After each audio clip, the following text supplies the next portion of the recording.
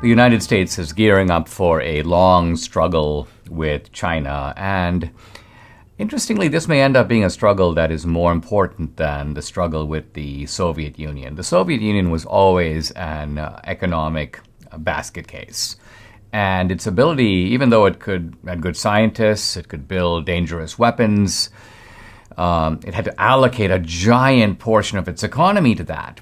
And the economy itself was constantly crumbling. They kept blaming it on the weather and on factors beyond their control, but it was really the communist system of government.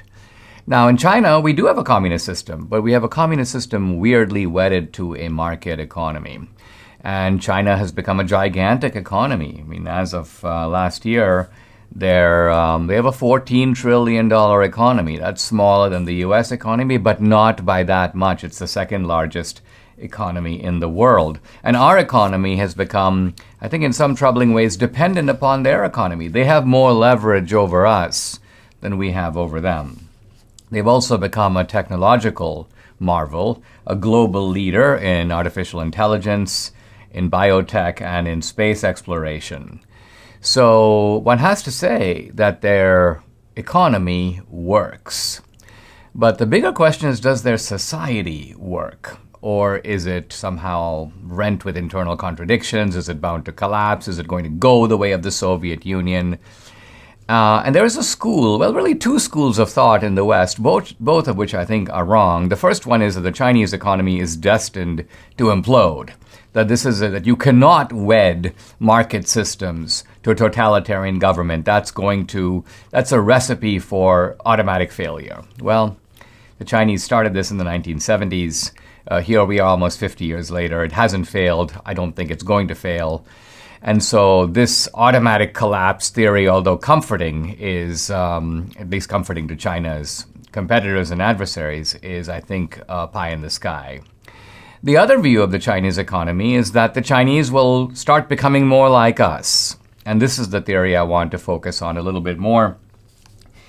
It's the idea that as China gets more prosperous, its citizens will automatically start demanding more political rights. They won't be content merely with economic abundance. They won't find it satisfactory. Hey, I have a bigger apartment. Hey, I have a nicer car. Hey, my kids are now going to college. They have a better future. No, the Chinese are going to say, wait a minute, I want free speech. I want the right to cast a vote. I want to choose my own leaders. And the big question, it has been an article of faith. It's very tempting for us to believe that liberalism and democracy and modernity and scientific development and economic progress, these are all so tightly linked that they cannot be disentangled.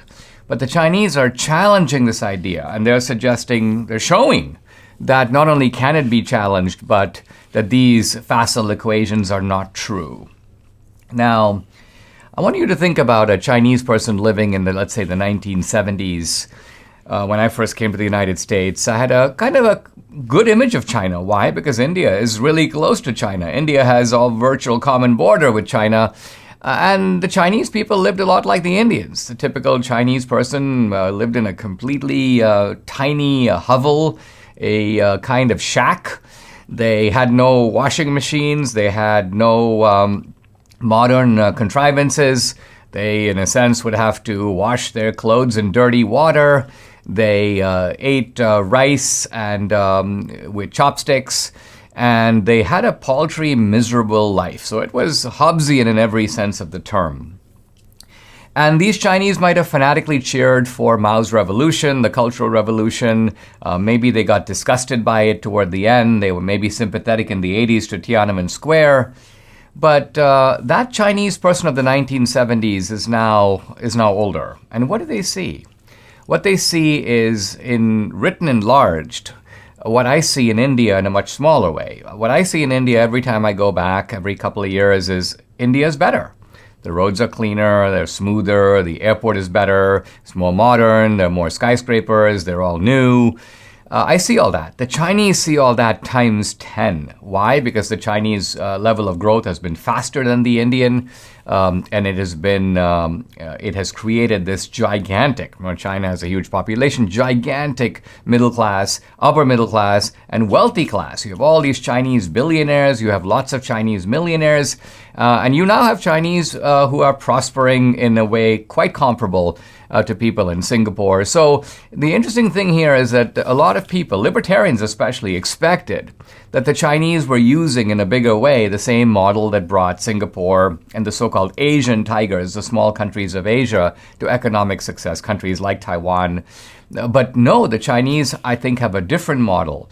It is a model of wedding close and powerful state control over all aspects of your life with a kind of market liberalism. In Chinese capitalism, the state, far from basically saying, you capitalists make us prosperous and we communists will run the country, it's not like that. The state is like, we're going to be a huge investor and we're going to be a regulator. We're going to own all the intellectual property. The corporations are sort of doing our bidding, but we, the state, maintain tight control even over them. We maintain tight control over our millionaires and over our billionaires. So this is, well, I suppose you could call it a communist model. It's actually, in some ways, more accurately a fascist model. Fascist, why? Because the essence of fascism is centralized control, but centralized control that weds the state to a private sector, in which the private sector operates semi-autonomously, but is nevertheless, in the end, at the behest and control of the state.